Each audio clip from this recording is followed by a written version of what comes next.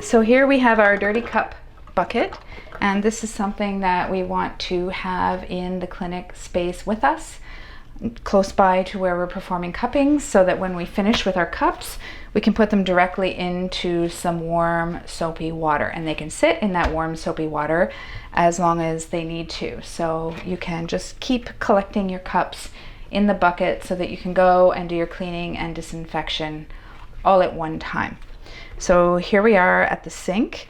Before I do anything with my cups here at the sink, I have cleaned and sanitized the entire sink and faucet area so that everything that I'm placing my cups on have actually been cleaned with the same product that I'm cleaning my cups with. So I actually use the expired hydrogen peroxide solution to do all the cleaning of the surfaces as well as my sheets when I finish, and everything to do with the cupping treatment, because it will still be between 3 and 5% potency at that point. So here is my bucket of dirty cups. And what I'm going to do is, I usually just run the water a little bit. I try not to waste too much. And then I'm going to thoroughly clean the cups, right, with this abrasive. So with some kind of abrasive object. Now, colleges don't really like sponges very much unless you are replacing them every time. I like to get bigger ones and then cut them in 4, and I generally buy the cheaper ones because I'm not using them very much. Wash it thoroughly. You want to give it a good rinse, and then you want to put it on a rack to dry. So we're going to go through. I'm going to do a plastic cup, same thing, soapy, getting into all of the areas inside and out of the cup. I'm going to get in there with the abrasive, make sure all of the oil, dirt, bacteria, everything. We want those cups to be spick and span when we put them to dry. So we have these little baby cups, little baby facial cups and joint cups. Same thing. Got to get inside. These little bottle brushes are amazing. Right, get into all those little cricks and cracks and put it to dry. The elongated facial cups, same thing. We're going to get that all the way in there just in case there's any moisture, sweat, anything gets inside that cup. Good rinse. And finally, the glass cups. So I usually like to take a little bit of extra soap when I'm cleaning glass cups because they get some soot in from the fire. So you want to make sure all of that is cleaned out very well. Rinse. And then again, getting the abrasive in there and getting everything inside. Full cup. I'm going a little fast because I don't want to waste your precious time, but I want you to see exactly how you want to wash the cups. So once the cups are washed, they need to be completely dried before you move on to the disinfection process. So you can either leave them to dry on a drying rack, or you can hand dry them with either a freshly laundered cotton cloth or paper towel. I prefer a freshly laundered cotton cloth because it's more environmentally friendly. Also, I have these microfiber cloths, and I also clean those with hydrogen peroxide so they're freshly cleaned.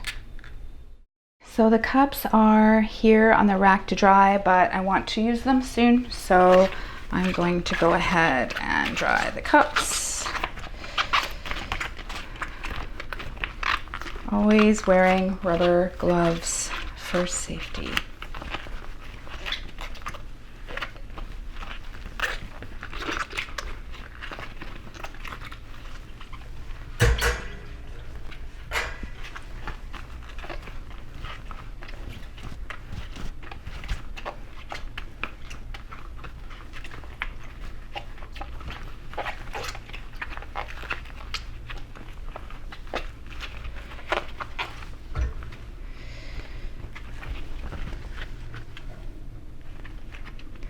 these guys, you gotta make sure get all those droplets inside.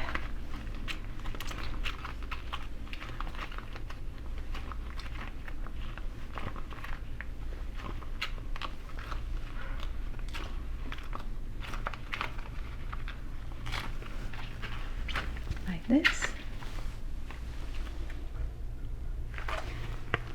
Plastic cup.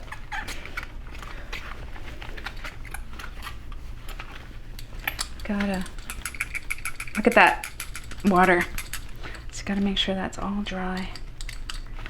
That's why plastic cups aren't the most sanitary right there. That's where the bacteria and mold and all kinds of things grow. So I always give my plastic cups lots of extra time. So the next stage of the disinfection process is creating the disinfection solution and performing the disinfection process. So what you want is you want a bucket that is not transparent because peroxide products are photosensitive. Now at this point I will point out that the products that you can use for disinfecting cups that will create high-level disinfection are glutaraldehyde or hydrogen peroxide at a dilution of 6 to 7.5%. So there are a couple of products on the market that are already mixed and they have stabilizers in them as well. One of them is Sporox. So if you are using Sporox, you have one less step at the beginning because you pour the Sporox gallon directly into your disinfection and you directly disinfect. But at the end of the disinfection process, after your cups come out of the solution, you need another bucket with baking soda and water. So that is, I believe, a cup of baking soda for a gallon of water to neutralize the chemicals that have gotten on the cups from the Sporox solution. When you're doing hydrogen peroxide, you don't need to do that. You just rinse them with water. Okay, so now we're going to start. So in an ideal world, we're using distilled water with our peroxide solution because that is pure H2O. So that means that the peroxide has no work to do with just the water. If you're using tap water, the peroxide is going to remove the fluoride and the chlorine and any bacteria and anything that is in the water, as well as what's on your cups. So when you use tap water, I recommend that you just make it a little bit stronger with your peroxide because some of it is already going to be used up. So the ratio with 35% hydrogen peroxide, to get 7.5%, you have to dilute this. So 7 times 5 is 35. We want 7.5. So rather than 5 cups of water or measures of water to 1 measure of peroxide, you do a little bit less. So it's about 4.75 if you're using water and 4.86 if you're using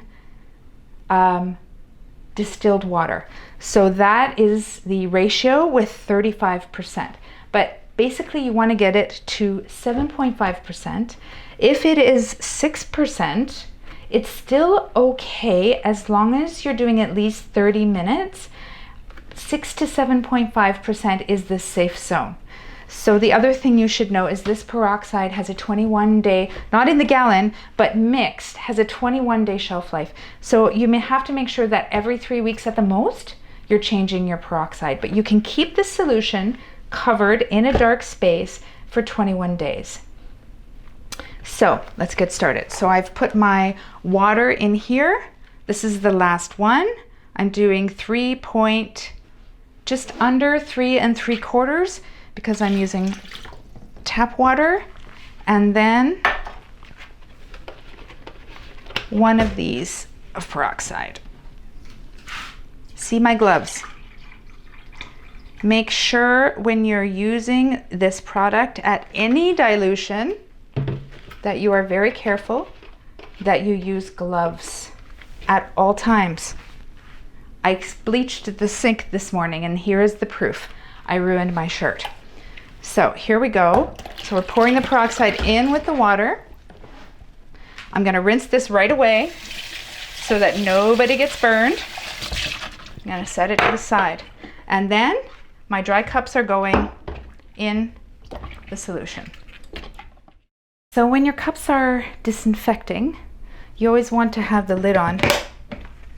If you have a closing lid, it's a very good thing. So once your disinfection period has finished, so that's 30 minutes for high level disinfection, 6 hours for sterilization. So if you've created a lot of cupping marks and you think that blood may have come out of the body, or any kind of bloodletting, any concern whatsoever with blood, you want to leave your cups for 6 hours. And I also recommend, even though it has a 21-day shelf life, at that point I would replace the hydrogen peroxide just to be extra safe. Okay, so we're going to take the lid off with our gloved hands. Okay, we're going to set the lid aside, and we're going to rinse the cups.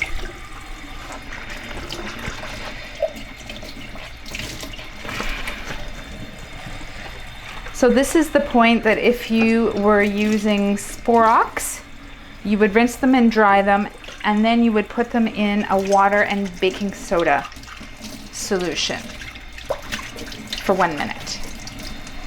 In this case, with peroxide, we just need to rinse them, dry them, and store them. So